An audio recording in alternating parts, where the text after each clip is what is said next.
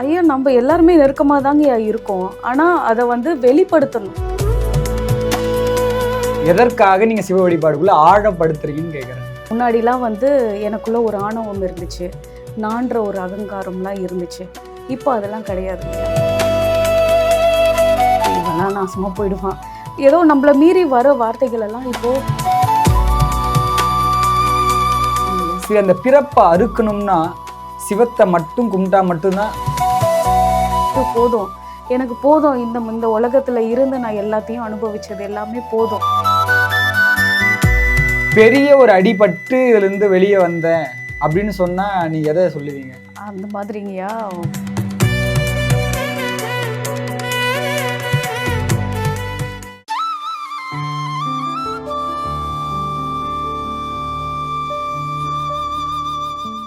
எம்பக்தி நேயர்களுக்கு அன்பான வணக்கம். நாம் வாரம் சிவ சிந்தனையுடையோரை நாம் அழைத்துன்னு வந்து அவங்களுடைய சிந்தனையுடைய பார்வைகளும் அவங்களுடைய சிவ சிந்தனை எப்படியெல்லாம் இருக்குது, சைவ சமயத்தில் நம்மளுடைய மக்கள் எப்படியெல்லாம் சிவ வழிபாட்டில் எப்படியெல்லாம் இருக்கிறாங்க, எப்படியெல்லாம் வாழறாங்கன்றதை நம்ம வாரம் ஒருவர் மூலியமாக நம்ம பார்த்து கொண்டே இருக்கிறோம். இன்றைக்கி நம்ம சிறப்பு அழைப்பாளர் சிவ ஜெயப்பிரியா அவர்களிடம் அவங்களுடைய பார்வையில் இந்த சிவ சிந்தனைகளும் சிவத்தை நோக்கி அவங்க பயணிக்கிற வழிகளும் பற்றி நாம் இன்னைக்கு பார்ப்போம். சிவாய நம. சிவாய நம. திருச்சிற்றம்பலம். வாழ்க தமிழ், வாழ்க சைவ நீதி, ஓங்குக உலகமெல்லாம். நம்ம இந்த காலகட்டத்தில் வந்து இப்போ சைவ சமயம் நல்லா தழைத்து ஓங்கிட்டே இருக்கு. ஆனால் எல்லாருமே சைவ சமயத்தில் இருக்கக்கூடிய நெறியின்படி தான் எல்லாருமே போறாங்கன்னா நிச்சயமா கிடையாது. எல்லாருமே சிவ வழிபாடுன்றது ரொம்ப எளிமையான வழிதான். ஆனாலும் அதுக்குன்னு சில விதிமுறைகளும் வழிமுறைகளும் இருக்கு. ஆனால் எல்லாருமே அந்த விதிமுறையிலையும் வழிமுறையிலையும் போறது கிடையாது. நீங்க வந்து இந்த சைவ சமயத்தை வந்து சரியான வழிமுறைகளும் நெறிமுறைகளும் படிதான் போகணும்னு இருக்கிறீங்களா, இல்லை நமக்கு பிடித்த மாரி சிவ வழிபாடு பண்ணலாம், உங்களுக்கு பிடித்த போல இருக்கலாம்னு நீங்க நினைக்கிறீங்களா? நீங்க சொன்னதுல ரெண்டாவது தான். நான் வந்து ஆகம விதியெல்லாம் பார்க்குறதெல்லாம் கிடையாது. அன்போட சிவன் கிட்ட போனது தான். அப்படிதான் என்ன சுவாமி ஆட்கொண்டது. அன்பே சிவம், அன்பே சிவம்னு எல்லாரும் சொல்கிறாங்க. அன்பே சிவம் அப்படின்னா என்ன? அப்படி என்னோட பார்வையில் நான் சொல்கிறது என்னென்னா, ஒரு அப்பா கிட்ட, ஒரு அம்மா கிட்ட, ஒரு ஃப்ரெண்டு கிட்ட நம்ம எப்படி பேசுவோம், எப்படி அணுகுமுறையில் இருப்போமோ அப்படி தான் சிவத்துக்குள்ளே நான் உள்ளே போனது. சிறு வயசில் எல்லாருமே வந்து அம்மன் கோவிலுக்கு அந்த மாதிரி போகும்போது, ஆனால் எனக்கு வந்து பார்த்திங்கன்னா நான் சிவன் கோவிலுக்கு தான் நிறைய போவேன். திருநீர் அதிகம் வச்சுக்க ஆசைப்படுவேன். அப்படி தான் அதுக்குள்ளே ஈர்ப்பு அப்படியே சிவத்துக்குள்ளே போக ஆரம்பிச்சது. அப்போ இருந்தது பக்தி மார்க்கம், இப்போ இருந்தது கம்ப்ளீட்டாக அப்படியே அன்போடு அப்படியே நெருங்கினது தான் சிவத்துக்கிட்ட. சரிங்கம்மா. இப்போ சிவ வழிபாடில் வந்து எல்லாருமே வந்து பெண்கள் வந்து எல்லாருக்குமே இயற்கையாக ஆகக்கூடிய மாதவிடாய்னு ஒன்று ஆகும். அந்த மாதவிடாய் காலகட்டத்திலையுமே ஆலயங்கள் போகிறவங்களும் இருக்கிறாங்க, போகாதவங்களும் இருக்கிறாங்க. உங்களுடைய பார்வையில் என்னன்னு நீங்கள் சொல்ல வரீங்க? ஒரு அப்பா கிட்ட வந்து மாதவீடு அப்படின்ற ஒரு காரணத்துக்காக நம்ம அப்பா கிட்ட நெருங்காமல் போயிடுவோமா, அப்பா கிட்ட பேசாமல் போயிடுவோமா, அப்பா பக்கத்தில் உட்காராமல் போயிடுவோமா? அதனால் என்னோட பார்வையில் எப்படின்னா, சிவம் வந்து அப்பா அம்மா எல்லாமே அவர் தான். அப்படின்னும் போது நீங்கள் எதுக்காக அந்த ஒரு பயம் தயக்கம் அதெல்லாம் வச்சுக்கிறீங்க? எனக்கு அது புரியலை. ஏன் பார்த்தீங்கன்னா, என்னை பொறுத்தவரையில் மாத வீடு எதுவாக இருந்தாலும் நான் அதெல்லாம் கவனிக்கவும் மாட்டேன், நான் அதை பற்றி யோசிக்கவும் மாட்டேன். நம்மளோட தேகத்துக்கு மட்டும்தான் அந்த தீட்டுன்னு சொல்கிறது எல்லாமே அதுதானே. பட் ஆன்மாக்கு அது கிடையாதுல்ல. ஆன்மா தானே சிவத்தை தேடுது. என்னோட பார்வையில் அதுதாங்கய்யா. ஏன்னா சிலர் வந்து இன்னுமே வந்து சிவ வழிபாட்டில் ஆழமாக இருந்தாலும் சரி, அந்த தீட்டாகக்கூடிய நாட்களில் வந்து ஆலயத்தில் வந்து நாடுறது கிடையாது, அவங்க வீட்டிலே தான் இருக்கிறாங்க. அதனால் ஏன் அவங்களுக்கு ஒருவேளை அந்த வழிகாட்டுதல் கிடையாதுன்னு சொல்ல வரீங்களா? அப்போ அவங்க செய்யக்கூடிய தவறுன்னு சொல்ல வரீங்களா? வழிகாட்டுதல் இல்லை, அவங்க பின்பற்றினது அப்படி சொல்லலாம். அவங்க பெரியோர்கள் முன்னோர்கள்லாம் அப்படி சொல்லியிருப்பாங்க. இந்த காலத்தில் இப்படி தான் இருக்கணும், அந்த 3 நாள் இல்லை 5 நாள் வந்து இப்படி தான் இருக்கணும், ரொம்ப சுத்தபத்தமாக இருக்கணும், சுவாமி கிட்டலாம் போகக்கூடாது அப்படின்ட்டுலாம் சொல்லுவாங்க. முன்னாடி நான் சொன்ன மாதிரி தான், தேகத்துக்கு தான் தீட்டே ஒழிய ஆன்மாக்கு கிடையவே கிடையாதே. சரிங்கம்மா. நீங்கள் சைவ சமயத்துக்குள்ள ஆழமாக வர காரணம், அந்த ஆழமாக வந்ததுனால உங்களுக்குள்ள என்ன மாற்றங்கள் நடந்தது?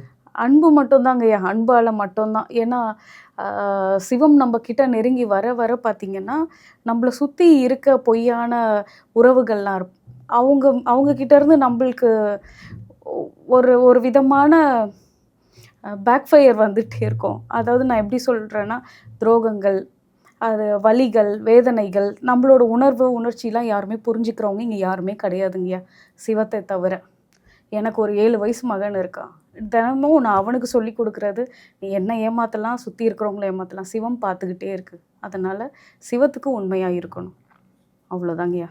இப்போ உங்களுக்கு வந்து ஒரு உறுதுணையா இருக்கிறாரு நீங்க சுவாமின்னு சொல்றீங்க. ஆமாங்கய்யா. நீங்க அது எப்படி உறுதுணையா இருக்கிறாருன்னு நீங்க எப்படி அதை ப்ரூவ் பண்ண முடியும்? ஐயா, எளிமையாக சொல்லணும்னா, நம்ம வண்டியில் ரோட்டில் போயிட்டே இருப்போம், நடந்து போயிட்டே இருப்போம், அண்ணாமலையாரை நினைப்போம். ஒரு வண்டி நம்மளை கிராஸ் ஆகும், பின்னாடி பார்த்தீங்கன்னா அண்ணாமலையார் பெருசாக காட்சியளிப்பார். நீங்கள் அதை படமாக பார்த்தா, புகைப்படமாக பார்த்தா அது வெறும் புகைப்படம் தான். ஆனால் நீங்கள் மனசுக்குள்ளேருந்து நினைக்கும் போது உங்களுக்கு எங்கேருந்தோ வந்து உங்களுக்கு காட்சி கொடுக்குறாருலங்கய்யா, அது ஒன்று போதாதுங்களா நம்மளுக்கு?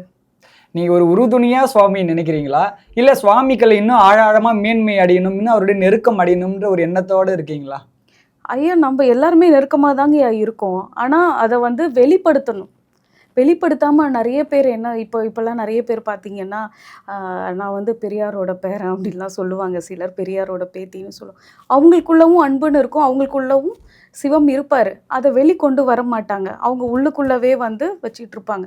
எல்லாருக்குமே இங்கே இருக்குது, எல்லாத்துக்குள்ளவும் சிவம் இருக்குது, எல்லாத்துக்குமே பொதுவானவர். அவ்வளோதாங்க நான் சொல்கிறது. இப்போ சிவ வழிபாடு என்ன, எதற்காக நீங்கள் சிவ வழிபாடுக்குள்ளே ஆழப்படுத்துறீங்கன்னு கேட்குறேன். சிவ வழிபாடு மேன்மையாக நீங்கள் கொண்டு வந்துட்டே இருக்கீங்க உங்களுக்குள்ள. ஒழுக்கம்ங்க. முன்னாடிலாம் வந்து எனக்குள்ள ஒரு ஆணவம் இருந்துச்சு, நான்ற ஒரு அகங்காரம்லாம் இருந்துச்சு. இப்போ அதெல்லாம் கிடையாதுங்கய்யா. முன்னாடி ஏதாச்சும் கோவப்பட்டா யாரையாச்சும் சபிப்பேன்னா இவெல்லாம் நாசமாக போயிடுவான், ஏதோ நம்மளை மீறி வர வார்த்தைகள் எல்லாம் இப்போது வேண்டாம். நம்ம சிவம் பார்த்துட்டு இருக்காரு, அவன் தப்பே பண்ணாலும் வேண்டாம், விட்டுருவோம். சிவம் கிட்ட அவங்க பதில் சொல்லிக்கிட்டோம். அது மற்ற சிறுதெய்வ வழிபாடு இருந்தால் கூட இருக்கலாம். சிறுதெய்வ வழிபாடு இருக்கும்போது உங்களுக்கு தேவை இருக்குங்கய்யா. ஆனால் சிவத்துக்குள்ளே நீங்கள் வரும்போது அந்த தேவை இருக்காது. எல்லாம் சிவமே அப்படின்னு சொல்லிட்டு நம்ம சிவகதியை மட்டும்தான் நம்ம சிந்திச்சுட்டே இருப்போங்கய்யா. நீங்கள் இப்போ சிவ வழிபாடில் இருந்தாலுமே உங்களுக்கு உணவுக்கோ சரி, ஒரு தானங்கள் செய்ய உங்களுக்கு தேவைப்படுது. நான் தானங்கள் செய்கிறேன், நீங்கள் சொல்கிற மாதிரிலாம் செய்கிறேன்னா ஒருத்தவங்களோட பசியை போக்கணும், அவ்வளோதானே ஒழிய அது மூலியமாக எனக்கு புண்ணியம் கிடைக்கும், என் கர்ம வினை போகும்னு நான் நினைக்கவே மாட்டேங்கய்யா. அந்தந்த நேரத்துக்கு அவங்களுக்கு அது தேவைப்பட்டது, என்னால் சிவம் ஏதோ கொடுக்க முடிஞ்சது நான் கொடுக்குறேன், செய்கிறேன், அவ்வளோதாங்கய்யா. மிச்சபடி அதனால் வந்து எனக்கு புண்ணியம் கிடைக்கும், தர்மம் கிடைக்கும், தானம் கிடைக்கும்னு இல்லவே இல்லைங்கய்யா. நீங்கள் இந்த சிறுதெய்வ வழிபாட்டுக்கும் இந்த மேன்மையான சிவ வழிபாடுக்கும் என்ன டிஃப்ரெண்ட் சொல்கிறீங்க? சிறுதெய்வ வழிபாடு நான் முன்ன சொன்ன மாதிரி தாங்கய்யா, ஒரு தேவை இருக்கும். எனக்கு வந்து கல்வி வேணும்னா நான் சரஸ்வதி கிட்ட போகிறது, முருகர் கிட்ட போகிறது, எனக்கு செல்வம் வேணும் அப்படின்னா திருமால் கிட்ட போகிறது, அந்த மாதிரி. ஆனால் என்னோட குரு தாமோதரன் ஐயா இருக்காங்க, கழுக்குன்றம் ஐயா, அவங்க எனக்கு சொல்லி கொடுத்தது ஒன்று தான். எனக்கு காசு வேணுமா, அப்பா நீ கொடு அப்படின்ட்டு அண்ணாமலையார்கிட்ட கேட்குறது. எனக்கு எதுவாக இருந்தாலும் நான் சிவபெருமான் கிட்ட கேட்டுக்கும்போது நான் போய் சிறுதெய்வ வழிபாடு பண்ணி அவங்க மூலியமாக எனக்கு கிடச்சி, அது வேண்டாமே, எனக்கு எல்லாமே என் அப்பன் சிவபெருமான் தரும்போது நான் எதுக்காக சிறுதெய்வம் மற்றவங்க கிட்ட போய் கேட்கணும்? ஏகன் அநேகனாக இருக்கார், எங்கே போனாலும் நம்மளுக்கு பதில் சொல்வார், எங்கே போனாலும் நம்ம கேட்டதை கொடுக்குற வள்ளலாக இருக்கார், கருணை கடலாக இருக்கார். அப்படி இருக்கும்போது எனக்கு வேண்டிய பாசம், எனக்கு வேண்டிய அன்பு முழுசாக சிவத்துக்கிட்ட இருக்கும்போது நான் எதுக்காக பிற தெய்வம் கிட்ட போகணும் அப்படின்றது. சிவத்தை வழிபட்டா பிறப்பு அரும்னு சொல்றாங்க. ஆமாங்கய்யா. சரி, அந்த பிறப்பை அறுக்கணும்னா சிவத்தை மட்டும் கும்பிட்டா மட்டும்தான் பிறப்பு அருமா, இல்லை மற்ற தெய்வங்களை கும்பிட்டா பிறப்பு அறாதா? ஐயா, நீங்கள் சாதாரணமாக நீங்கள் எந்த தெய்வத்துக்கிட்டேயும் போய் என்னோட பிறப்பு அறுத்து கொடுங்கன்னு சொல்லிட்டு நீங்கள் கேட்க மாட்டீங்க. நீங்கள் எந்த கடவுள்கிட்ட போனாலும் எனக்கு கல்வி வேணும், செல்வம் வேணும், சொத்து வேணும், இப்படி தான் கேட்பீங்க. சிவபெருமான் கிட்ட மட்டும்தான் உன் திருவடி மட்டுமே போதும்ப்பா அப்படின்னு சொல்லிட்டு நீங்கள் போய் கேட்பீங்க ஐயா.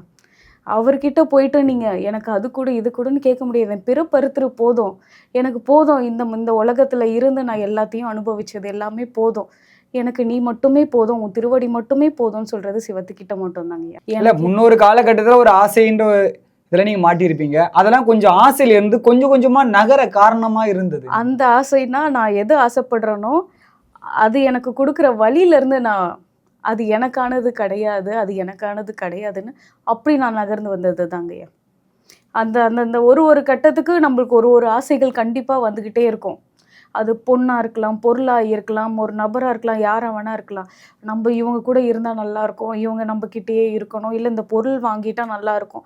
நான் இப்போது உதாரணத்துக்கு ஒரு ஒரு டசன் வளையல் வாங்கி போடணும்னு ஆசைப்பட்டேன்னு வச்சுக்கோங்களேன். முன்னாடி அது வந்ததுக்கப்புறம் அது பொருள் மேலே இருக்க ஒரு மோகமே போயிடும் இல்லைங்கய்யா. அதனால இப்போ நான் எதுக்குமே ஆசைப்படுறது கிடையாது. எனக்கு என்ன வேணுன்றது சிவம் அறியும். அதனால எனக்கு என்ன தேவையோ அதை அவர் தருவார். அந்த ஒரு நோக்கத்தை மட்டும் மனசில் வச்சுக்கிட்டு அது அப்படியே நகர்ந்து வந்துட்டுருக்கேங்க. சரிங்க. இப்போ வந்து நீங்க சிவ வழிபாட்டுக்குள்ள வந்த பிறகு உங்களுடைய வாழ்க்கையில நீங்க என்னென்னவெல்லாம் மாற்றம் தினமும் நீங்க செய்றீங்க?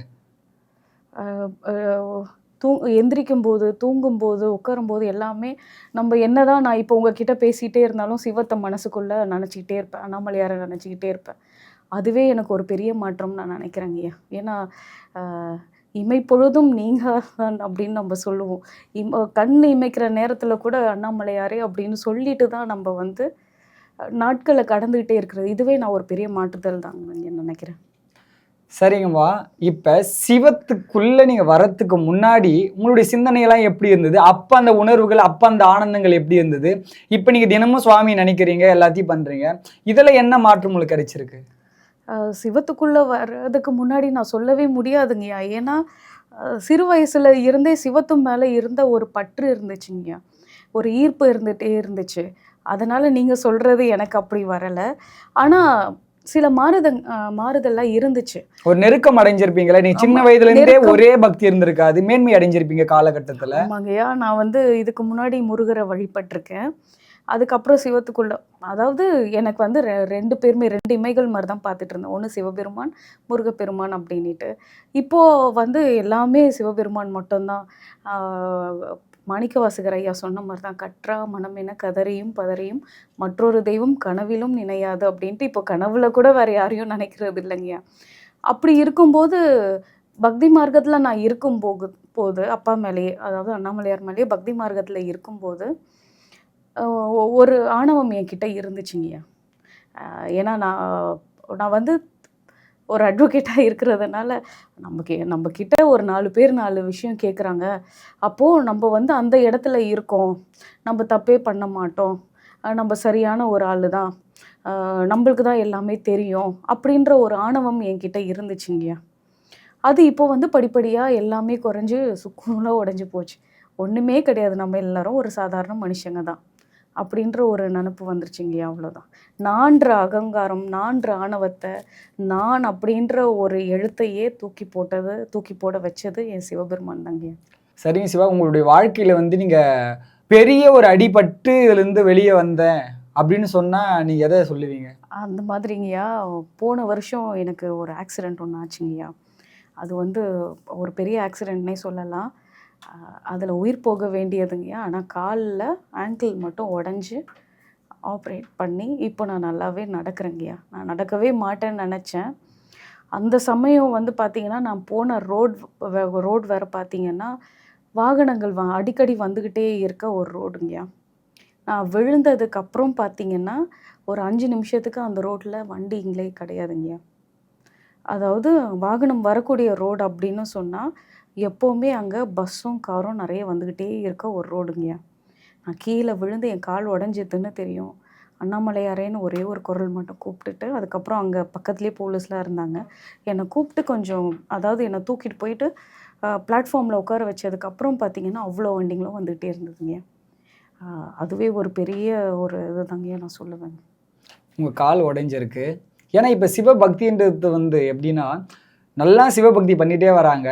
அந்த நமக்கு நடக்கும்போது சில இடையூறு நடக்கும்போதோ, சில தீங்குகள் நடக்கும்போதோ, நாம் செய்த வேணா தான் நமக்கு வருது. அது நடக்கும்போது சிவத்தை வந்து எல்லாருடைய பார்வை என்னன்னா, கை விட்டுட்ட, உன்னதான் நினச்சி இப்படி ஆகிடு அப்படின்னு பல உளறல்கள் எல்லாருக்குள்ளேயும் வரும்.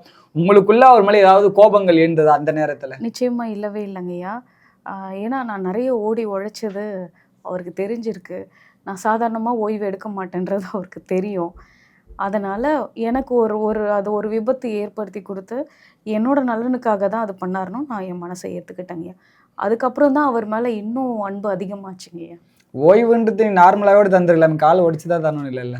அப்படி இல்லைங்கய்யா. கர்ம வினையை நம்ம அனுபவிச்சு தானங்கய்யா ஆகணும். பிறப்பறுக்கிறதுன்னு சொல்லிட்டு நம்ம சொல்கிறோம். அதுக்கடுத்து இன்னொரு பிறவி நம்ம வந்து அந்த கர்ம வினையை நம்ம ஏன் அதை திருப்பி அதை நம்ம சுமந்துகிட்டே வரணுங்கய்யா. இந்த பிறவியில் இது எனக்கு இன்னுமே கொடுன்னு தான் நான் கேட்பேங்கய்யா அப்பா கிட்ட. எனக்கு என்ன ஒரு பிரச்சனையாக இருந்தாலும் இந்த இந்த பிறவிலே நான் எல்லாத்தையும் கடந்து வந்துடுறேன். அதனால் எதுவாக இருந்தாலும் கொடுங்க. ஆனால் நீங்கள் எப்போவுமே என் கூடவே இருக்கணும்ப்பா. அதுதான் நான் அவர்கிட்ட எப்போவுமே கேட்குறது. எனக்கு இப்போயும் ஏதாவது ஒரு பெரிய பயம் வருது. எனக்கு நம்ம எல்லாருமே இப்போ இருக்க சொசைட்டியில் உங்களுக்கு தெரியும் இல்லைங்கய்யா, வருமானம்ன்றது ஒரு பெரிய ஒரு மேஜரான ஒரு விஷயம் நம்மளுக்கு. அந்த வருமானமே இல்லைன்னா கூட நான் ஒரே ஒரு நிமிஷம் உட்காந்த இடத்துல நினச்ச இடத்துல அப்படியே நினப்பேன். அண்ணாமலையாரை நினப்பேன். எனக்கு ஏதாவது ஒன்று பண்ணுப்பா, எனக்கு பயமாக இருக்குது, நான் இந்த மாதத்தை நான் எப்படி கடக்க போகிறேன்னு தெரியலை அப்படின்ட்டு நான் கண்ணீர் விட்டு அழுதுருவேன். அவர்கிட்ட மட்டும்தான் நான் அப்படி அழுவேன். அழுதுட்ட உடனே பார்த்தீங்கன்னா அந்த மாதமே எனக்கு ஒரு பெரிய மேஜிக் நடக்கும். யாரோ எனக்கு ஃபீஸ் கொடுக்க வேண்டியவங்கெல்லாம் வந்து அப்போது அந்த சமயம் கொடுப்பாங்க. எனக்கு என்ன தேவைன்றது சிவம் அறியும்னு நான் சொன்னேன்லங்கய்யா. இதுவே ஒரு பெரிய உதாரணங்கய்யா. சரிங்கம்மா, உங்களுடைய பக்தியும் உங்களுடைய ஆழமான சிவசிந்தனைகளும் ஜெம்பக்தி டிவி நேயர்களுக்கு பரிமாறியதற்கு மனமார்ந்த நன்றிகள். இதே போல அடுத்தடுத்து நிறைய பெரிய சிவ சிந்தனை உடையவர்களையும் அவங்களுடைய ஆழமான கருத்துக்கள் என்ன, அவங்களுடைய வழி என்ன, அவங்க எப்படியெல்லாம் சிவத்தை பார்க்குறாங்க, அவங்க எப்படியெல்லாம் சிவத்தின் மீது அன்பு வைக்கிறாங்கன்றத நம்ம வர காணொளியில் கண்டிப்பாக நாம் பார்ப்போம். நன்றி, வணக்கம்.